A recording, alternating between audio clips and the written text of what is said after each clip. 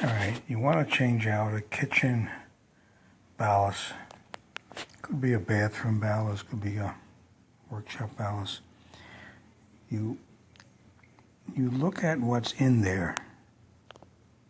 Now, this ballast I had changed maybe 10 years ago. And the bulb, you start with the bulb. The bulb that I'm using is an F22 T8, that's important, T8. The slash, the DX, that happens to be daylight, this particular bulb. Now,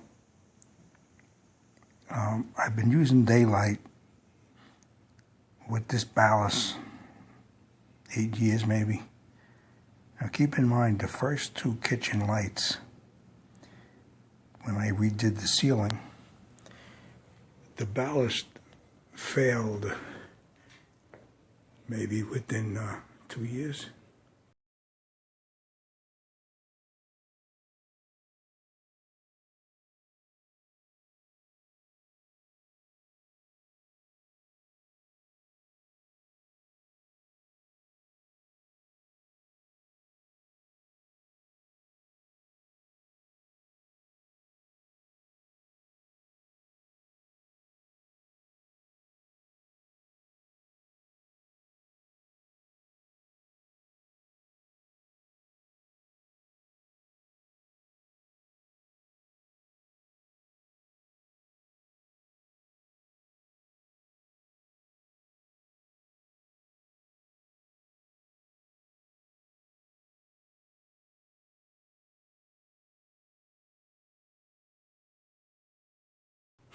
Both of them, just about. Okay, so I replaced them with these GE models. Here it shows you the configuration of the lamps. That it's for 4 bulbs of the T8 variety, 32 watt. That's what's important. The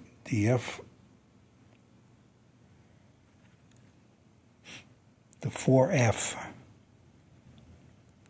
32 is important. Okay, so you go by the number here. You could even Google this particular number. So what I did was I took a photograph of this and I went to Home Depot, and here's what I matched it up with. It has to be a 4 bulb. They have 2 bulbs there, but you don't want that. The G series, the T8, this particular number, and you notice it's a little different than the original one. Up there, it starts out as a GE4 32. That's the main interest.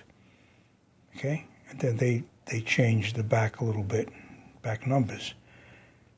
But what I was concerned with, that it would fire these bulbs right here, which this has the same thing over here. It's for T8. It's a little different, but they're both GEs for this bulb. Now, they come with long enough wire to go right up to the sockets for the bulbs. Now, when I changed this one out, that's the old one, what I did was I clipped into the 2 reds and the 2 blues that fed, just say, the right side of the lamp.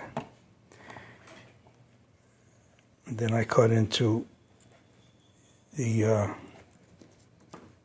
2 yellows. And then, of course, these were the feed, the 110 coming in. So what you do is, what I did was you clip the wires, and you want long enough so that you could wrap a coil, and then you wrap the coil, so you have extra. And then you leave half-inch protruding of the copper. And this is a one that you might find these a lot of different places, but Ripley Company, Cromwell. But I got these. I was an electrician for the airline, so these were, you just sign them out. Let's put it that way. They issue you them. All right, and then to change this out, I just clipped all of these off, and I left enough wire up there in order to change it. And your wires, like I said, you set this particular one. You set. All right. They sell them that have the particular size. I'm not sure what this might be a 22 wire, you know. And if you have the one with the variety of holes, just match the hole up to the copper, the actual solid copper, so that you could just pull the insulation off. And you want about a ½ inch, so that you could use the wire twists, twist them together.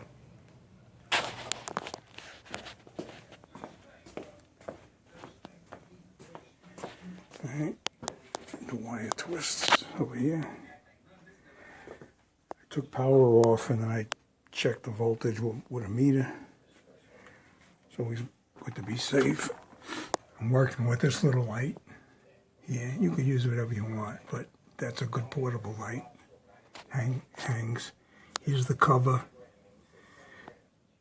that covers the ballast area. It has these little clips like this and like this, that you just squeeze this together to pull it out. Squeeze this together to pull it out. They clip up in here on both sides. Here's the feed coming in. Here's the ground wire to the ground of this metal. All right, one screw, take the ballast out.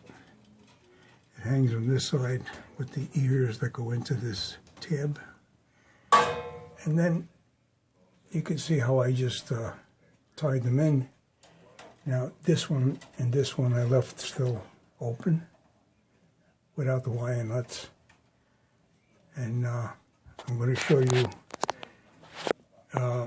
when they're on. You could do a test. I don't know if I could do this holding the camera. All right, I'm screwing this one off, and you're going to see what they look like when they're finalized. Okay? See, in other words, you put the wires together. Put the wires together side by side, and as you start to twist this, the sides of it grip the wire and twist it around and actually form sort of a thread. And the wire nut does all of this. Okay? And then once you get it tight, tight with your fingers, not elbow tight. You pull on each one of these wires while you're holding this, just to make sure it didn't snap off. Occasionally, you might undercut the copper. All right. So I'm putting this side together over here. Okay. At this point, you want to test it.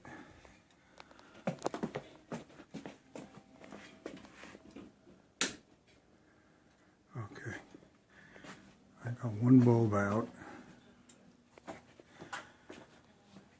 The other bulb is behind this cover. So now what I do is I put tie wrap. I'm going to put the tie wrap on these.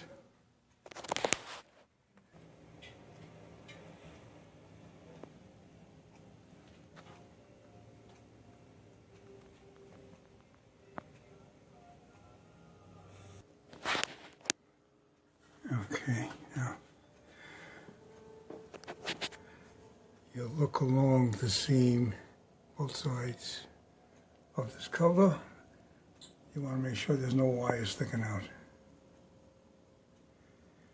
None of the wires that this cover is covering you want sticking out, because there will be a little expansion and contraction, and over time it could pitch into a wire, which you don't want. Put the other bulb in. Okay.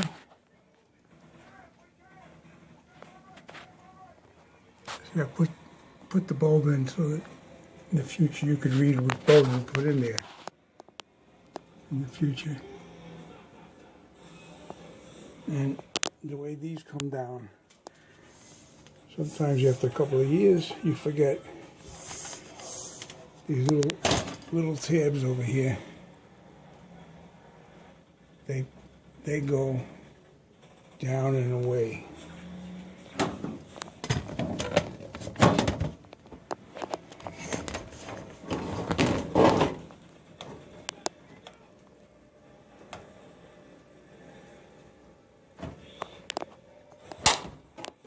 Clip, they click, and they click. See, what I did was I put little arrows this way, because initially I'm trying to pull it this way after so many years. Alright. Alright, the job is done. And this is all you need. Little meter, and then if you want, I bought an extra, because a lot of times these ballasts go in pairs, so I got an extra one, so I know that one works. All right, so alrighty, that's it. Clean up your mess.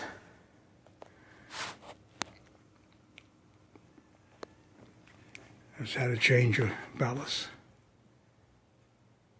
in security. Thank you for watching.